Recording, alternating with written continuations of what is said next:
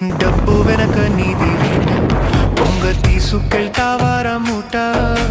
డబ్బు వెనక నీది వేట, 60 ఏళ్ల బ్రతుకు బాట, 6 అడుగులే నీకొచ్చేవాట.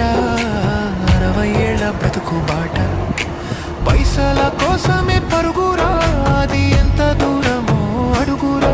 ఇంత దూరం అడ్డు గీత ఉన్నదా, లేక జీవితమంతా పరుగేనా? నువ్వు కూడబెట్టిన